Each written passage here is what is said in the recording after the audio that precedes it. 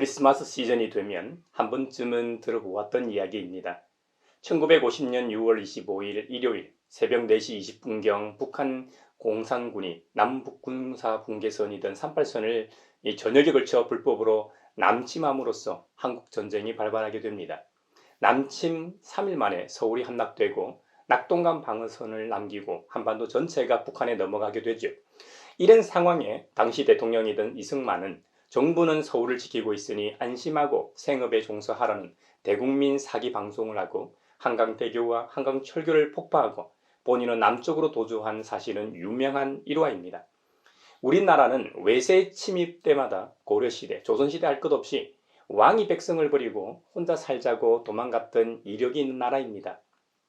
그때마다 나라를 구하고 살린 사람은 다름 아닌 백성이었죠.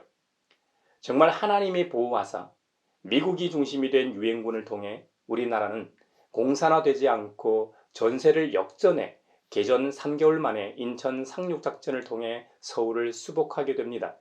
계속 북진해 10월에는 압록강, 두만강, 한중 국경선까지 진격했으나 갑자기 중공군의 개입으로 통일 일보 직전에 전면적인 철수를 하게 됩니다. 인해 전술로 인해 다시 전세가 역전돼 남쪽으로 밀리게 되죠. 제가 예전에 청년들을 데리고 동북 삼성에 갈 일이 있었는데요. 그때 묵었던 숙소가 호텔도 있지만 조선족 지하교회 교인들, 집사님들의 집에서 홈스테이를 여러 지역에서 했었습니다. 그때 공통적으로 들었던 증언이 동북 삼성에 살고 있는 조선족 집안 치고 6.25 전쟁에서 남자를 잃지 않은 집이 거의 없다고 들었습니다. 당시 중국의 모택동, 중국명 마오쩌둥이 6.25 전쟁에 참전하면서 자신의 장남도 참전했으니 중국 한족도 많이 참전했겠죠. 하지만 더 많은 수의 조선족이 참전했다는 사실입니다. 모택동이 이르기에 너네 전쟁이니까 조선족들이 나가라고 했다는 거예요. 그래서 자원한 것이 아니라 대부분의 사람이 강제로 징집됐다는 것입니다. 그래서 엄청난 수의 조선족들이 죽거나 장애를 안고 살았다고 합니다. 압록강에 가면 북한과 중국을 연결하는 압록강 다리가 하나 있는데요. 물론 지금은 신압록강 대교가 새롭게 건설된 것으로 알고 있습니다. 원래 압록강 다리는 기차와 차가 함께 다닐 수 있는 다리입니다. 6.25 전쟁 당시 유일했던 다리는 중공군의 개입을 저지하려고 했던 미군이 다리를 폭격해 정확하게 다리 절반이 북한 쪽 다리가 절반이 잘려져 나가 있습니다. 그 다리가 그 유명한 압록강 단교입니다. 압록강 단교 시작점에는 동상들이 있는데 6.25 전쟁에 참전했던 중공군 사령관과 모택동의 장남 모인영을 비롯하여 항미 원조를 상징하는 기념 조각을 해놓았죠. 마오쩌둥은 6.25 전쟁에 참전하면서 항미 원조, 보가 위국이라고 말을 내걸었습니다. 미국에 저항하고 조선, 즉 북한을 돕고 집과 나라를 지킨다는 의미이죠. 오늘날 중국의 시진핑도 똑같이 항미 원조는 정의로운 전쟁이라고 말했습니다. 국가의 전통성을 잇는 말이기도 하지만 중국의 대외 입장을 알 수 있는 대목이죠. 소련의 무기와 중국의 원조를 받은 북한이 남침하여 죄 없는 사람들이 얼마나 죽었습니까? 그런데 그 전쟁이 정의로운 전쟁이라고 말하니 기가 찹니다. 모택동의 아들이 6.25 전쟁에 참전했다 그만 죽었다고 했는데요. 그 사건으로 한국 전쟁에 있어 큰 전환을 맞게 됩니다. 마오쩌둥의 장남이 전사했다는 소식이 전해지자 중공군과 북한군은 정말 죽기 살기로 싸웠습니다. 지난번 조중 접경 지역 갔다 들었던 얘기인데 모택동이 장남을 잃은 화풀이를 중공군 사령관이던 이 펑더화이에게 했다는 얘기가 있습니다. 전쟁 후 이 펑더화이를 감옥에 가두고 먹을 것을 주지 않아 굶어 죽었다고 하더라고요. 중공군의 개입과 모택동의 장남의 죽음이 전세를 역전시키는 데 큰 역할을 한 것은 사실입니다. 그래서 한국군과 연합군은 다시 후퇴하기 시작합니다. 후퇴하는 과정에서 함경도 동부 전선의 부대들은 그만 고립되게 됩니다. 이들이 청진항과 흥남항을 통해 해상으로 철수한 것은 유명한 일화죠. 사회운동가로 유명한 문익환 목사도 이때 구원선을 타고 피난을 오게 됩니다. 그곳에는 문익환 목사의 부모인 문재린 목사와 동생 문동환 목사도 함께 있었습니다. 그때 문재인 대통령의 부모도 타고 있었다고 하죠. 제가 다녔던 부산의 모 교회에도 북한 지역 출신 성도들이 참 많았습니다. 일사후퇴 때 피난 온 성도들 중에는 흥남철수의 배를 타고 온 분들도 있었죠. 흥남철수 작전의 군함과 상선 약 200척이 동원되었다고 합니다.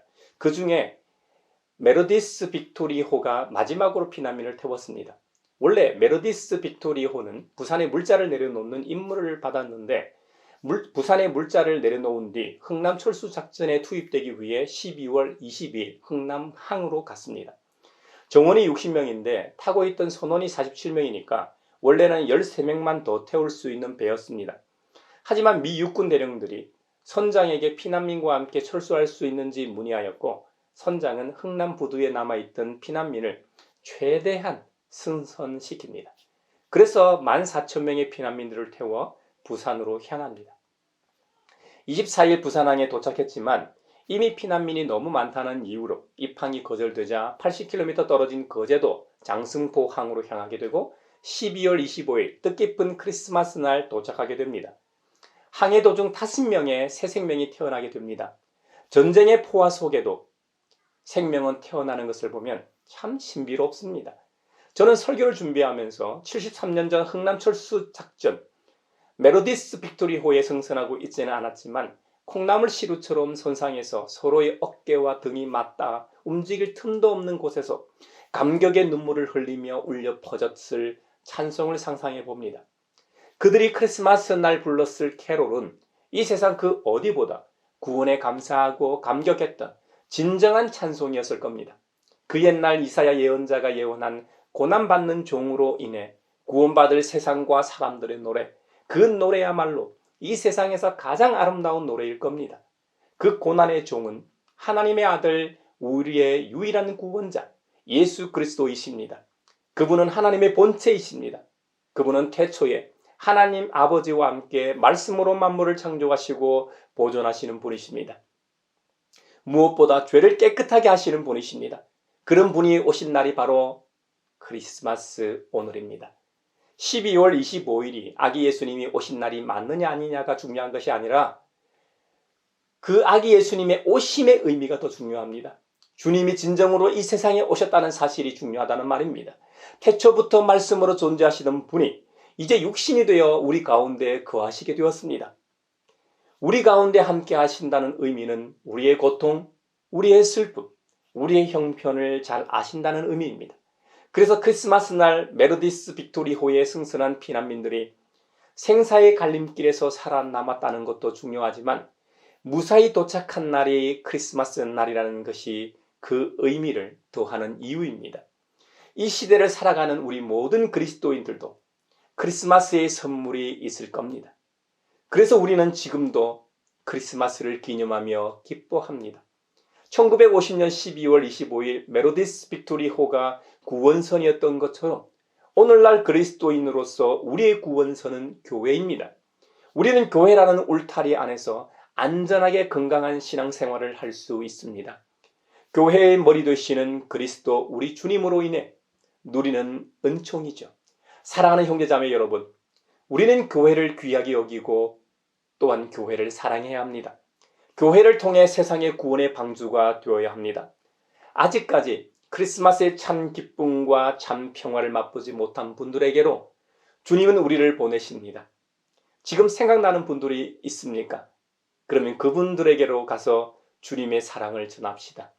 주님께서 우리에게 가져오신 참 평화, 세상이 줄 수 없는 평화, 이 세상 사람이 줄 수 없는 참된 평화, 그 평화를 여러분으로 인해 누릴 수 있기를 축원합니다. 메리 크리스마스! 주님의 평화가 여러분과 함께 하시길 바랍니다.